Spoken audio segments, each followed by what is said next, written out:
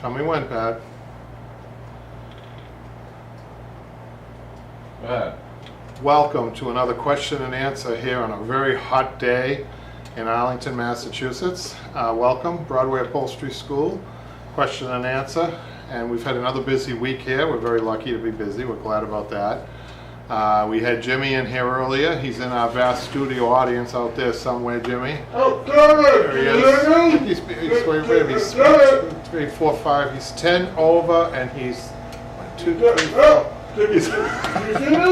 He's in there. There he is. Hi, Jimmy. Thanks for coming. But he just finished up, actually, Jimmy, at one of the online classes, which we highly recommend. And we actually had some things that happened today that we're learning situations that always come up in these classes, more so in the YouTube videos, I have to be honest. So check that out, BroadwayUpholsterySchool.com, right, Patrick? Yep. Online classes, and also, of course, the YouTube videos, which you're watching now, are wonderful resources for everybody. So before I get going, I'm going to talk a little bit about a project that came in, and we actually did a YouTube video on the project. We didn't do a lot of the work. We talked a lot about it. I want to talk about on the question and answer too. And it's some of the furniture that we're seeing now is, store-bought furniture, manufactured furniture, recently manufactured furniture that honestly can be upgraded. And if it's upgraded, it actually turns into a better piece of furniture. And we do that with our skill and our upholstery skills, can really upgrade a piece of furniture. So I think moving forward in your career, if you guys are choosing a career in upholstery, you're going to find more and more. I actually started thinking about this when somebody wrote about where they're in a different part of the country. I'm in the Northeast, so I get a lot of antiques, but not so in other parts of the country. They're getting more of the newer furniture. But as upholsterers, we can upgrade that furniture, and I think we're going to be seeing a lot of that in the upcoming years. So you guys might be interested in this piece. But before we do that, we're going to. I don't have my questions in front of me, so Patrick's going to have to ask me questions off camera, and your questions from YouTube and from our forum. So don't forget the forum, the Broadway Upholstery School forum. And so, Patrick, do you have the first one from? Is it from YouTube? Yes. Lavarell Ellis asks, are there general rules for the order in which areas / parts are upholstered? This was from last week's Q&A. Absolutely. Yeah, there's rules, and sometimes it depends on the frame of the chair too, but most of the time the rules, the last thing the upholsterer puts on is the cambric, and you reverse it from there when you're taking things apart. So let's go the other way. So what happens with the first thing they put on is Jimmy was doing that today. He was finishing up the seat and the deck, the inside arms, the inside back, the outside arms, the outside back. That's pretty standard. But sometimes you have frame variations where the back is put on first and then the inside arm. And some furniture, like Turkish furniture, you actually don't have a wood frame. You have a metal frame that actually has to be stitched. That's a little bit complicated. I've only seen a few of those in my career, but there are exceptions to the rule. But most traditional furniture, as I said. That's a good question, though. Got another question, Patrick? There's actually a live question right now. Okay. Got a live question. This is from Julie. Hi, Julie. I think that is quite a quick answer to my remark. Do you have lists in your classes of materials you use? List of the classes. I think she means in each online class, like a list before the class started. You know what? We don't. I really didn't even think about that because we're just, honestly, Julie, we've just been thinking about instructions in our 10 years that we've been doing the YouTube videos and now the online classes. That's all we thought about. However, because we have so much material in the skill, we realize that there are people like you who need answers to the supply end of things. So we are beginning July 1st, glad this came up.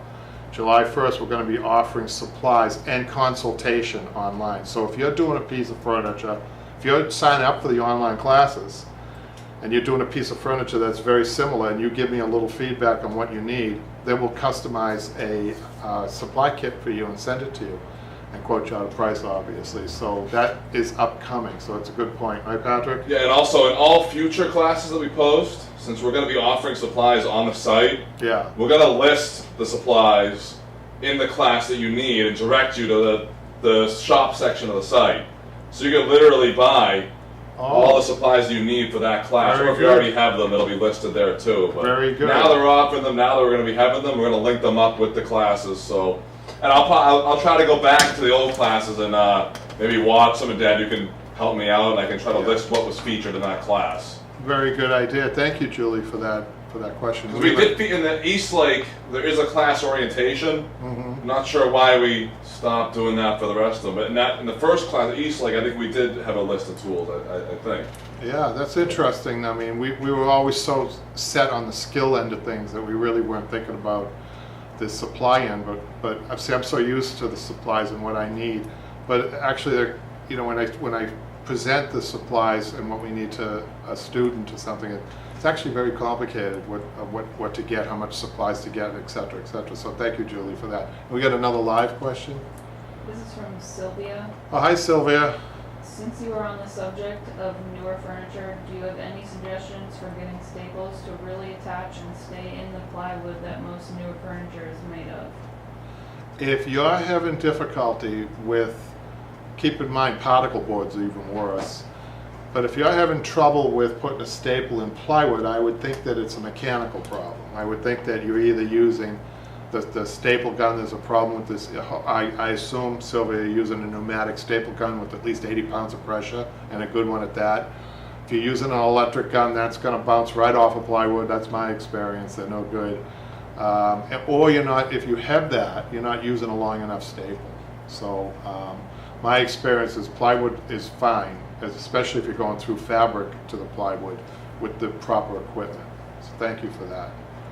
Okay, do we have any more live questions? So, okay, Patrick, do you have a next question for me? I was going to say Janine's checking in. particle board. Oh, it is, hold on a second, Patrick. Hi, Janine. So it is particle board. That's a little different. So you're going to have, what you're going to have, again, if you don't have 80 pounds of pressure on your staple gun, you might have it's bouncing off. That's what I'm assuming is happening. She's pressing the trigger and it's bouncing. So go up and turn up the pressure on the gun, on the compressor to 90 and see what happens. Be careful of that though, because you could, when you get up to like 90 or 100 pounds of pressure with upholstered staple guns, you actually can blow right through the fabric. So be careful of that. But particle board is a tough material to staple through for sure. No, you could never use an electric gun on that. Never. Why is that? Was it different from a hand stapler? Oh, a hand staple is you can never use for anything in upholstery, because you need, a hand stapler probably has, if I had to guess, I'd say 5 to 10 pounds of pressure. Right. If you're lucky. Okay. Our regular pneumatic guns are 80 pounds of pressure, and they're coming out in a different fashion than an electric gun. What type of staples are you using for it's not wrapping around? I usually use 3/8 inch staples Okay. on most of the work that I do. Okay. Some of the lighter, like mid-century furniture with the really thin wood, you need to go down to a 1/4 inch staple. And some furniture that's a little challenged, like with the wood that's older, you need to go up to a 1/2 inch staple. Oh, okay. So those things too, you guys, we would recommend in like a package of materials that you want. Here's another thing, Jimmy. You can get a bad sleeve of staples. They look just like I can have 2 staple sleeves here together. One's from a lesser manufacturer, and one's the one I use all the time, and it's proven. Okay. The one that they might look the same, but they use a different glue to hold them together. Each staple's being held together by a glue. Right. Okay, and I found that one of the sleeves I used some bad staples once. It actually ruined 2 of my best guns. They jammed and then they broke on me. So you have to be very careful with the materials that you're using. Very Okay. careful. So she should probably change up the staples maybe. That could be another problem that she has. If her staple gun is jamming, she might want to look at the staples very carefully. If you look very carefully, even put it under a microscope, you can see that a bad sleeve of staples will have a very cloudy looking glue on it, whereas the staple that really works well, the sleeve, I'm talking about whole sleeve, right? Right. You can't even see this. You can't even see the glue. It just looks silver, I'll show you right here. I'm going to hold this right up to the camera to parentheses. That's a good staple, good sleeve of staples. I had some here, I didn't even notice them, that came in, and they had this little clouded glue on it, and they were sticking to the hammer of the gun when it was pulling the trigger, and they ruined the gun, ruined 2 guns on me. So. You got another question, Patrick? Yep. So this question is from the video "Fixing a Pop Button for Free." Right. So Kelsey asks, "Great tip, but how do you fix a button that is pulled inside the couch and the tufting has been released?" That's a problem. You got to do surgery on that baby. You have to open. You're not going to be able to put your finger through the front to try to grab the button that's pulled through. You need to open up the outside back or somewhere. Well, if it's in the inside back, you have to open up the outside back and reach in there and take the button out and then redo the button as the video shows you. We have a live question. Well, this is a follow-up from Sylvia. My issue is that it is entering the wood fine, it just doesn't stay in the wood. That's interesting. Okay, so I got another solution for her. Some of the guns that aren't as good have this staple. Let me see if I can find it. But the gun is not a great gun. You can get them like at Home Depot or something. But the staples that they use have like a crooked edge. Oh, I hope I can find one. This is a live question, you guys, so I don't know if I can find. Oh, I got it right here. Look at this staple.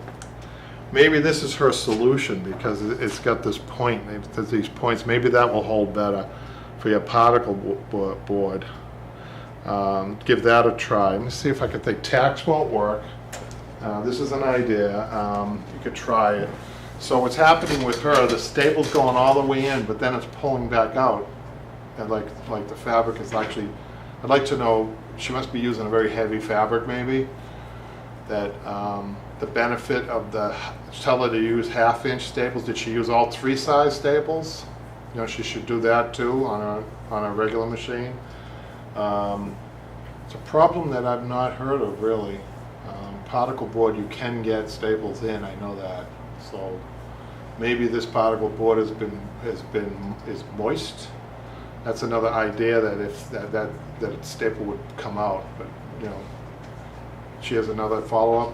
No, this is from. Well, I want to address Janine's. She had a few questions from one of Jimmy's online classes that she posted. Oh, okay, Jimmy's online class. The arts and crafts chair. All right. Oh. So she has a comment first. Said, "Phew, this is on class 5 measuring." Right. So, "Phew, I had to watch the measurement section at the end twice to make sure I had it right in my mind. It's such an important aspect of upholstery, especially when you think about estimating if you're using expensive fabrics where you don't want to buy a few extra meters. If it is $100 per meter, for example." So that was a good comment. That is a good comment, but before you go on, Pat, I want to make a comment. I was teaching in a class once, and I came over and the student was cutting a very expensive fabric, and she was actually shaking like this. I said, "You can't shake cotton fabric like that." I said, "It's just fabric, don't be worried. I mean, it's not like, we're in an operating room." But I can see though, I've had some a silk velvet once that was like $400 a yard. And I have to admit, I was a little nervous about that. If I made a mistake, we have to cover the mistake if we make it. Let's face it, professionally, I mean. So okay, Patrick. So, yeah, Janine. So she also has a question on lesson 2, which was webbing the inside back. So just wondering why on the lowest horizontal webbing the wood was stained and finished. Isn't that usually only for the show wood? Yeah, I think it was an overstain. I think they were spraying it, and as I recall, Jimmy, on your arts and crafts, I think there was some type of spray stain on your chair, and it was just overstained. Yes. Yeah. Definitely nothing we did. Yeah, I think that's what that was. And she's very observant. well, yeah, but it's the good camera that we have. It sees everything. Oh, I thought I was trying to compliment her camera. Oh. You missed that one. We'll try that again. I guess I did. Well, like I said, it is hot here. Yeah, okay. So, do we have another question? Well, I'll read the one Michaela was good. This is from Deborah. She wants to know, hi from Idaho. I took over my grandmother's shop. I've been in business for 20 years, self-taught. Was wondering, Wow. would you have a class you would recommend for someone like her? I don't Wow. know. What could So- you teach her? Well, she's self-taught.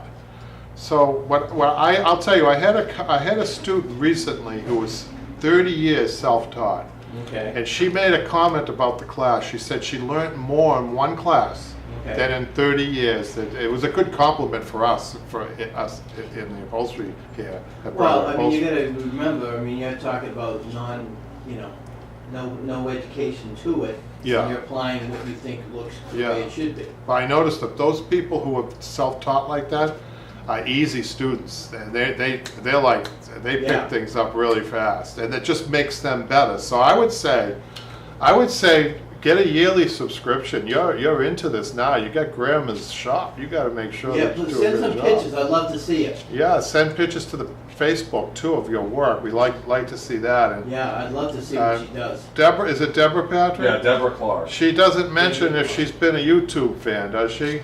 Of the No, I'm trying to think if we've heard from her before. Maybe She may be a silent YouTube viewer who I hope Well, subscribes. you know, those people in Idaho, they're very private. Oh, that's right. Private. Very good, Jimmy. Yeah, so You must be a fan of that rock group, Bay City Rollers? No. Private Idaho. Private Idaho, is that the name of a group? No, it's a song. I thought that's what you were referring to. Oh, God, no. I thought you had a pun there. You No, wasn't- I missed the pun, I'm sorry. I'm living in It's my not- own private it's not here. I Idaho. don't think there hasn't been any air around me in the last 5 minutes. She mentioned the town. I didn't even want to attempt it. I think Go ahead. Huskia.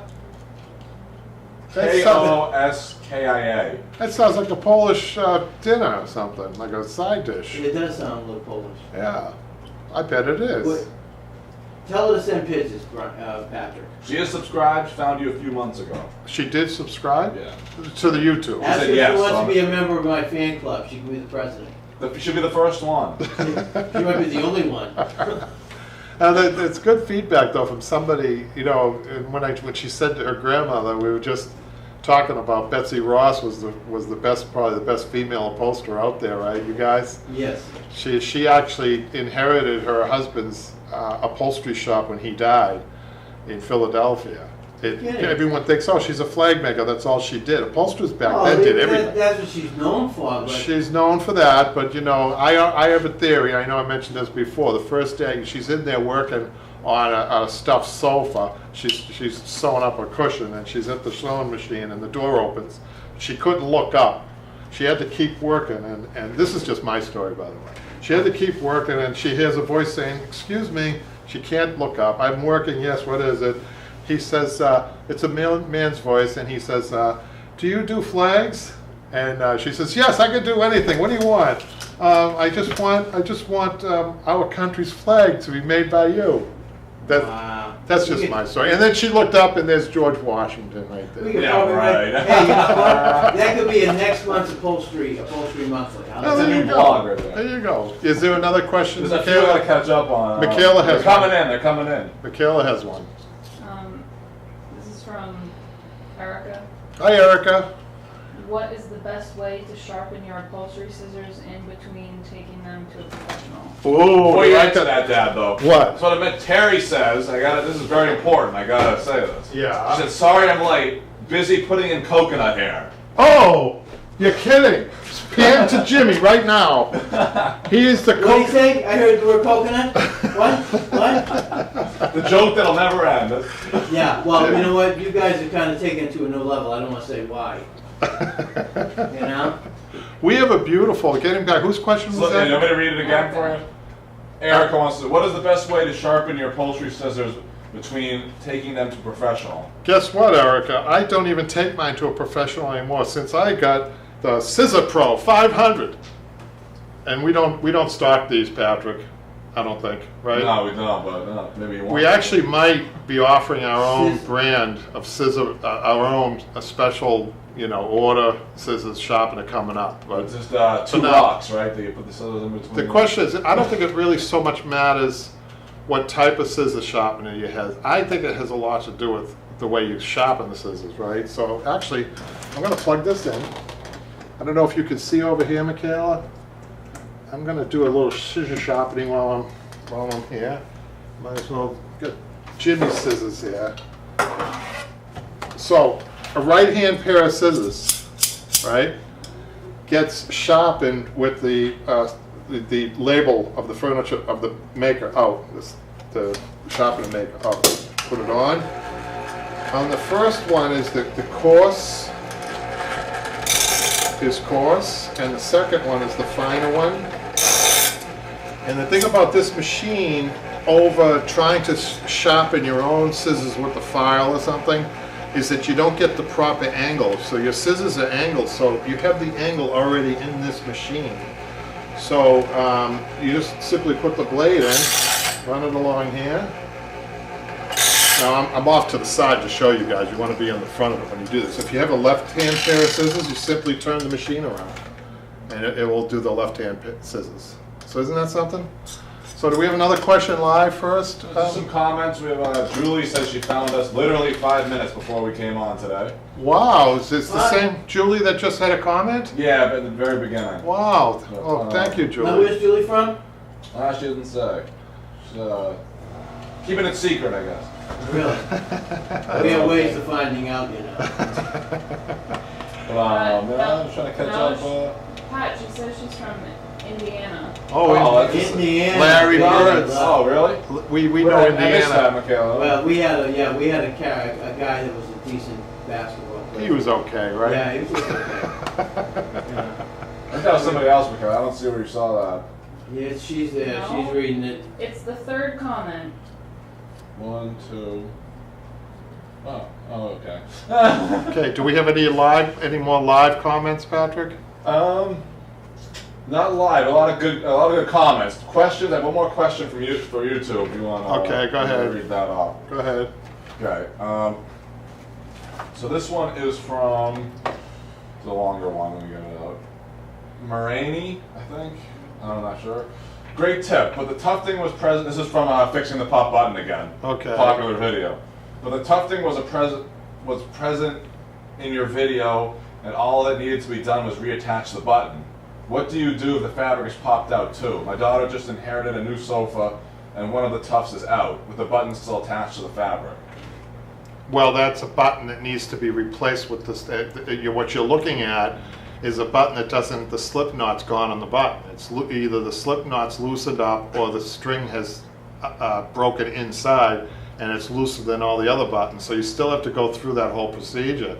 Keep in mind that free button pop thing that we did, that's only on fabric suitable for that project. I mean, the needle nose plies has to get inside that hole.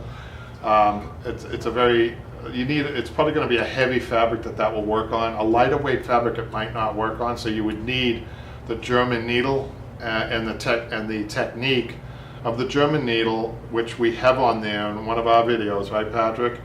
But those are professional tools which are going to be available. So if you have a button and you care about that sofa and it's a thin fabric, you might want to wait until you can get the kit, which will be coming up in July. German needles in the, which kit is it in the? That's the tufting kit, yeah. I believe, yeah, and that will be coming up. Be careful with that free video, how to fix a button for free, because it's only for certain fabrics, and that's just because I did that. I had that video. I know some people don't want to spend the money for a kit if they can repair it free, so that's why I offer that. Yeah, we have another question. Well, it's more of a comment. Janine says, I have sewing scissors that are very sharp, but they are not heavy enough for the upholstery fabrics. I'm looking to buy a 12-inch pair of Weiss upholstery scissors that are antique. Oh yeah. The blades looking great and are sharp, no notches, etc. Do you think these would be okay, or should I buy new ones? Don't buy new ones. I prefer the antique, better quality, Yeah. I think. The antique scissors are the best. I have a pair here, a big pair that I use. They're the best. You have a smaller pair of antique scissors that you don't ever give them up. Those are the best. It's simply the metal's better. That's the difference. The metal is better. On the newer ones, the metal not so good, and the sharpening on the newer ones, it seems like they wear out much quicker because the metal isn't as good. So keep those. You got a good find there. Keep the old ones. Let's do Pam's weekly check-in. She got another cool project she's working on. Nice. Oh, do you have the picture? Yeah, if you want to come back here. Daddy, I got it up on your phone. Oh, What, yeah. Patrick? I sent it up to your email. Okay, perfect. I don't have my phone with me, Patrick. I'll read it up. All right. Looking for advice this Thursday. Stripped this pair of chairs. Surprised to see how the back is constructed. Definitely want to do the buttons, and I hope I can do without them. What kind of support would be on the back, and how would I get the curve to work without buttons? So one of the keys is not to put too much padding on the back. The more padding you put, the harder it is going to be to stretch out a curve like that, an inside curve. And those chairs, I remember seeing them. Those chairs don't need a lot of filling on the back, so that's good. And also, I'm sorry, who was this again, Janine? Pam. Pam. She posted this from the forum. So Pam, keep in mind, some fabrics, like the fabric that Jimmy's using on his chair on the online classes here, it's a dark fabric, it has a good stretch back and forth, and you can hardly see anything on it. It's a very friendly, user-friendly fabric. So the worst fabric that you could use on that back would be, for instance, a white velvet. Here's a chair. That would be the worst fabric you would use on that. And Those are curved chairs, Kevin? yeah, what's interesting is there's a white velvet on there now with the buttons. It works with the buttons on that. But if you were to use that same fabric on this, you'd have a harder time pulling that out. And there are stretching techniques. Once you pick out the right fabric, the stretching techniques that you use. See if I can explain this to you in the question and answer. What you do is you pin tack the top and the bottom. You leave the sides unpin tacked. Okay, and pin tacking, for those that you don't know, is just a tack in halfway, and then you start stretching. You stretch to the. Let's say you start at the top with the pin tack, and you stretch it down to the bottom, and you pin tack it. You go back up to the top and re-stretch it to the top, and then you re-stretch it to the bottom. And then what you do at that point, these are still pin tacking. Go back up to your alternating. You don't touch the sides. See, the mistake that people make is they go they want to pin tack the whole thing, and they go to the sides. The sides get very little stretch, if any at all. So you save the sides until you're satisfied that the up and down stretch is as tight as you can get it. And then you go to the sides. And then usually the sides, if you pull them slightly, it'll take the rest of the wrinkles out. And I think that's the way you can do this. But the key is two main things. Well, three, the stretching that I just told you, the filling's not too much, and the color fabric and the pliability of the fabric. Okay, so I hope that helps you. So if you're doing this for a customer, you would be talking to the customer about this, about the proper fabric. The worst thing is to have a customer show up at your door and say, I got these chairs, I don't want buttons, and here's the white velvet I want you to do it for. You know, you can get in trouble. I've said to people, listen, you should have come to me first, and I would have recommended a fabric. So be aware of a situation like that, because sometimes you can get caught doing so much working, and it never comes out right, and then you get an unhappy customer at the end of it. So I hope that helped you, Pam. And I know Pam is doing this professionally, so we did this video. Did we do a video, Patrick, on? No, I don't think we've done a video on how to write up an invoice. Did we do one of No, we those? did. We just did pricing. Pricing is one thing, but did we talk about? I know you featured a sample of the invoice in that We video. did. Yeah, there's a sample. Maybe what we'll do is an extensive or longer video just on how to, maybe we'll have like situations where I have somebody talking to me, like they can pose as a customer, and then we can have that back and forth. Like Jimmy. Which brings in the next one. So any more questions and answers? Because this is a good segue to the next thing I want to talk about. I just want to, Poteria sent me an email with a picture of more coconut hair. Wow, Jimmy, you've got a coconut hair fan out there. You know what? I'm looking for a president for my fan club. Jimmy, if you want to come back here and take a look at it, it's up on the screen now for everyone to see. Jimmy's definitely interested in that. He wants Yes, to know. Inquiring mind want to know. Yeah, since I did not do a good job with the. Oh wow! Oh wow! Wow, that, Pretty cool, huh? yeah, I've never seen that much on one project before, and I don't think even on my chair it's like that. Wow. Cool, huh? Yeah. Well, awesome. So yeah, I'm trying to see if there's anything you gotta catch You know, Jimmy's excited over batting, you know, I think that when you get the proper batting for a chair, Jimmy, you know, you're happy. Because what it means is that the fabric's easier to pull and stretch over, and it's gonna last. You know, coconut hair and horsehair, I'd say coconut hair number one, horsehair number one, coconut fiber number two, in the way for batting. Yes. Anyhow, so there was a good segue there with talking to a client. And so I have a very good client that came in the other day with the project that I wanted to talk about. So this is one of those store-bought pieces of furniture. The customer bought it secondhand knowing that there were problems with it, but they knew that they could rely on me to fix the problems or to enhance this piece of furniture. So it's all about enhancing, right, guys? The furniture that we see that's being offered today is oftentimes not well done on the upholstery end. The frame is in decent shape, the finish is in decent shape, but the upholstery wasn't so good. So what happened here is the original upholstery had this very flimsy piece of foam, and an important element that was missing was the edge roll. And then an upholsterer took it and upholstered the same biscuit tufting, which we're not doing again, but made the same mistake. They didn't add the edge roll. What did I do with the edge roll? It's right at the weekend. So now what they did, the upholsterer, so I'm going to be the third person to do this. The first one was the manufacturer, the second was an upholsterer, and I'm the second upholsterer. So the webbing was okay, it's a seat webbing, but it wasn't pull tight enough.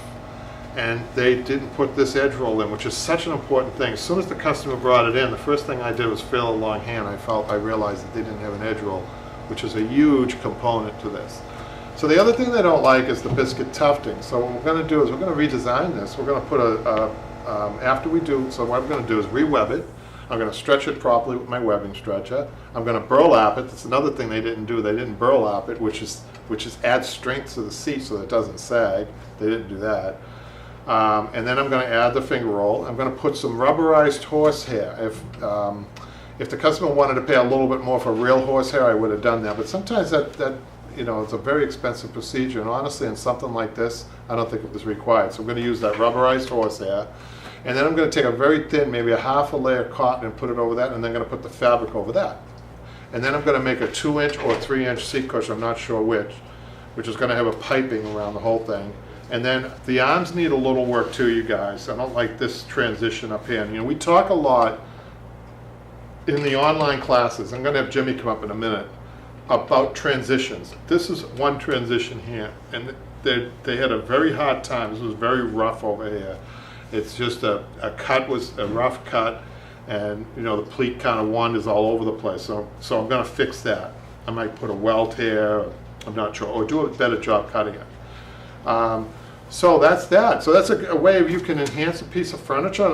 Pam and some other people who are watching, you guys are getting into an area where you're charging for your work. You're professional now. You're going to see a lot of furniture in other parts of the country that is store-bought and needs to have these enhancements made. And I definitely, again, to the online classes, where we do a lot of the enhancements. As a matter of fact, I'm going to have Jimmy come up now, Jimmy, and talk about this, because this used to be just a frame, right, Jimmy? You took, and speaking of coconut fiber, want to tell people what you had in this, what happened in this chair? Well, again, chair's about 80 years old.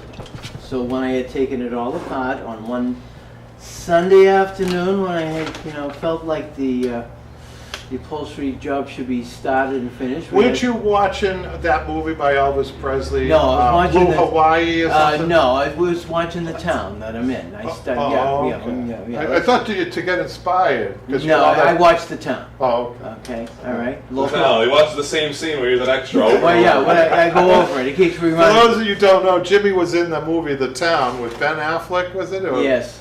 And he played a major role. Yeah, I did. I got snubbed for the Academy Award. I still feel like I got gypped, but that's okay.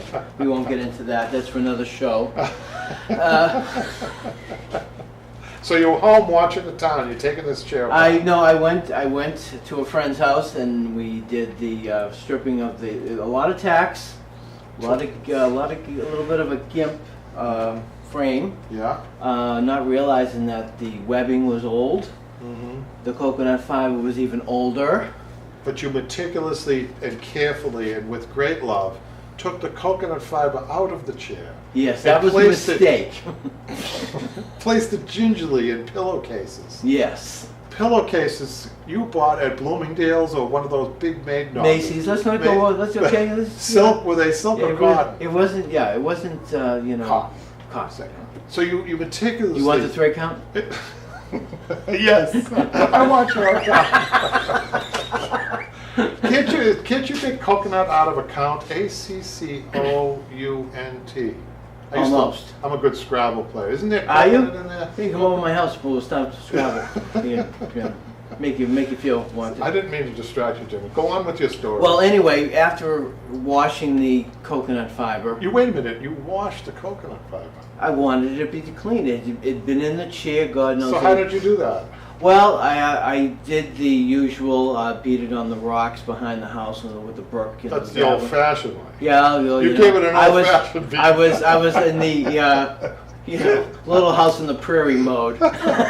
You took it out to the woodshed. Yeah, I beat it like senselessly. I Yeah, can just have this visualize you out there behind the woodshed beating up the coconut. yeah, with the broom that probably has about 2 strands. What did the neighbors think? They just shook their head and probably pulled the shades. That's all they did. They don't know what you're doing. Anyhow, brings me up the story before you finish it. There's a question. Oh, there's a question here, Jimmy.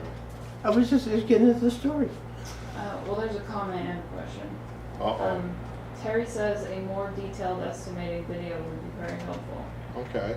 And Deborah says, so where do you find coconut fiber? I was about to answer that. Oh Terry my God, I actually- have started a craze here. Terry, I think, has a good contact for that. She mentioned it. She sent us an email. We mentioned it before, but she found a good place. Do you got it up there, Maybe Patrick? if Terry wants to comment where that place is, I can try to find an email. Okay, while you're doing that, I just wanted, Jimmy's talk in the middle of his story, but I just wanted to jump in here.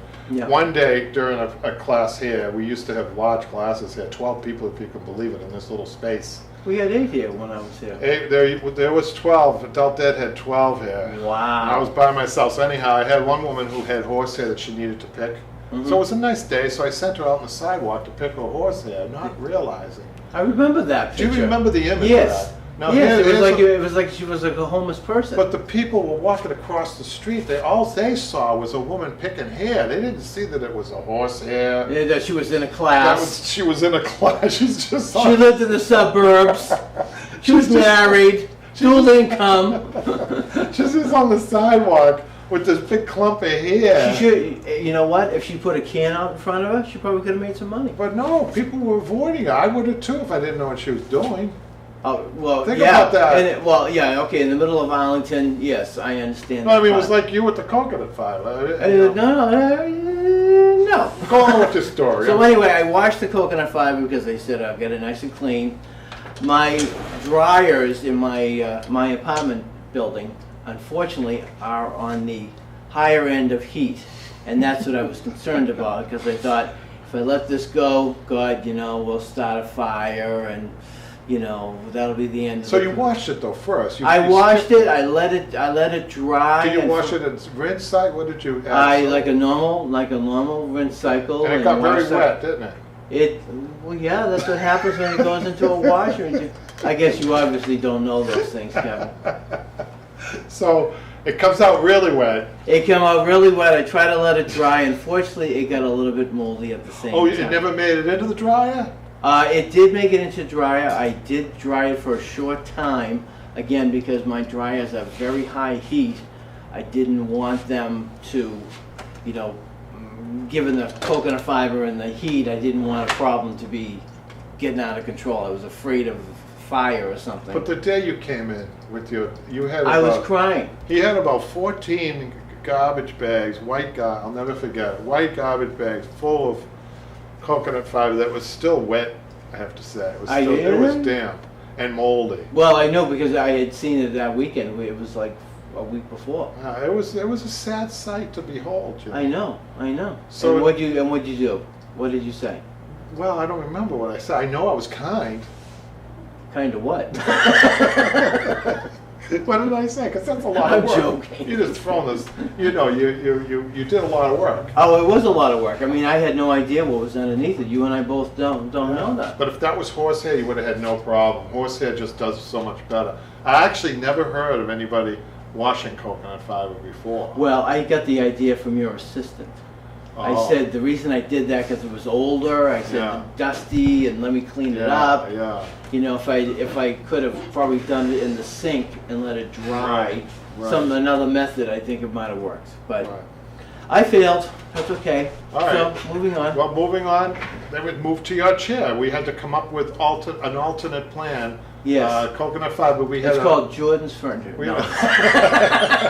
no, we're getting back. We did have a burial ceremony for your coconut fiber. Yeah, in the there's backyard. I think you called it the Deep Six moment. Yeah. And then we got rid of it all. Yes. And then we had to figure out what we're going to do to replace it. And I think we've done a pretty good job here. I just wanted to show people. Oh yeah, you got to take Um, this off though. This Yeah, takes that's away going to from be it. the material for his other arm. But Jimmy's done the webbing. He's attached the springs to the webbing. He did his 8-way tie. He put the rubberized horsehair in. He put a rubberized horsehair in the front plus a little extra foam, right? Yes. Foam, and then some Dacron. And then today was the first day we finished the seat in the deck, and he trimmed it up.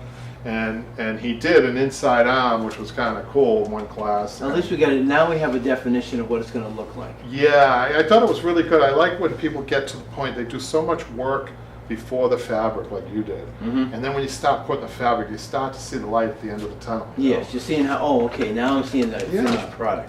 So But- do you have any questions, Jimmy, about this? About my chair? About your chair and about how your class, how your class, online class is going? Well, I'm glad that I'm back with it. There was a 3-month hiatus. Yeah. I was kind of like, geez, and trying to get back to the swing of things and getting techniques down and so on. I do want to see how this is all going to play out, especially the back, because this was, let's see, it had springs on it. Mm-hmm. It had some so-so upholstery work done on It it. had some really repairs over the years. Yes. And back springs, as we talked about on the John Belushi sofa we saw, Yes. all the back springs were broken. Oh, Because the springs on the back are smaller gauge and they tend to break. So I don't like using springs. They did springs in chairs of this era because they didn't really have any soft batting to Right. use. They didn't have foam. right. So today with the foam actually provides some softness. So Yes. it could take the place of the spring. But I'm still Not bad. surprised that they didn't come up years ago with a smaller but stronger spring. Yeah. Unlike what we had here, which is really, honestly, it Well- was worthless. I think they knew that a small gauge spring wouldn't work. Upholsterers used to upholster box springs, and what we did years ago, we had a box spring that had the 8-way tie springs, but they were the heavy springs, Right, like we use on sofas. right. And then on top of that, a horsehair mattress about this 5 or 6 inches thick, Mhm. with all those. Remember those little cotton buttons that used to be on Yes, the mattresses? yes. That was a traditional way of doing a That horsehair held it all mattress. together. Yeah, guess what? Those horsehair mattresses were the very best. There's only one thing that was better, and that was a feather bed. Do you know anything about feather beds? I've heard of it, never. Oh. So Yeah, is it wonderful. like a layered where you have this? You have a lot of feathers, a lot of geese. You probably had flocks of geese that gave up their winter coats for these babies, man. You go into that and you just kind of sink in on a winter. I've never been on one. I just heard about this legends of these feather beds, Jimmy. Well, how thick were they? Oh, they got to be this thick. Oh, wow. Plus, they still had the spring, the box spring on the bottom. So this laid on top of the spring. So you had the springs, plus you had the covering. You And had then the you had the- springs, and then you had this beautiful feather and down cushion on the top, and then you had all your bedding. And then you probably had, for pillows, you probably had down pillows. Yeah, and people thought, today people think, wow, down pillows, down, you're kind of living better.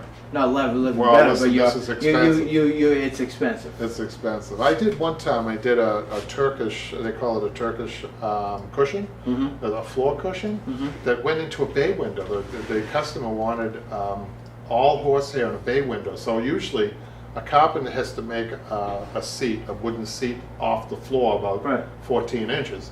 And then you put a foam cushion on, and that's done. Right. He wanted from the floor up all horsehair. So I did them 2 cushions. So you got to imagine that cushions were about 9 inches thick each. Mm-hmm. 9 inches thick each. And I upholstered them, and you wouldn't believe the comfort that thing had. All horsehair. So getting back to the bed, Yeah. right? They must have, when they decided to maintain the change of the seasons, take it all I off. bet they took the feathers off and then put the horsehair Beat it out on and there. cleaned it up and. I don't think they used the feather in the summer. That would be too hot. I think this was just a winter bed.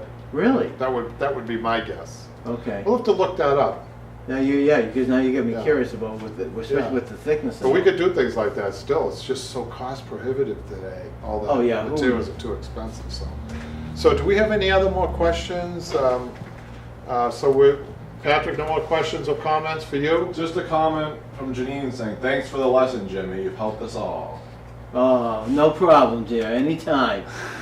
He's a gentleman, this guy, a real gentleman. Other than that, that's it. Other than that, you guys, so that's great. Another question and answer in the Another can, week as they gone in the say. year. And we're still hoping that agent from Hollywood calls Jimmy to rediscover him. If you want, 555-2525 is Jimmy's number. And you can call him anytime. Really? day and night. Jeez, I didn't know I changed my number. Thank you for that, Kevin. So we'll see you next time. Thanks, guys.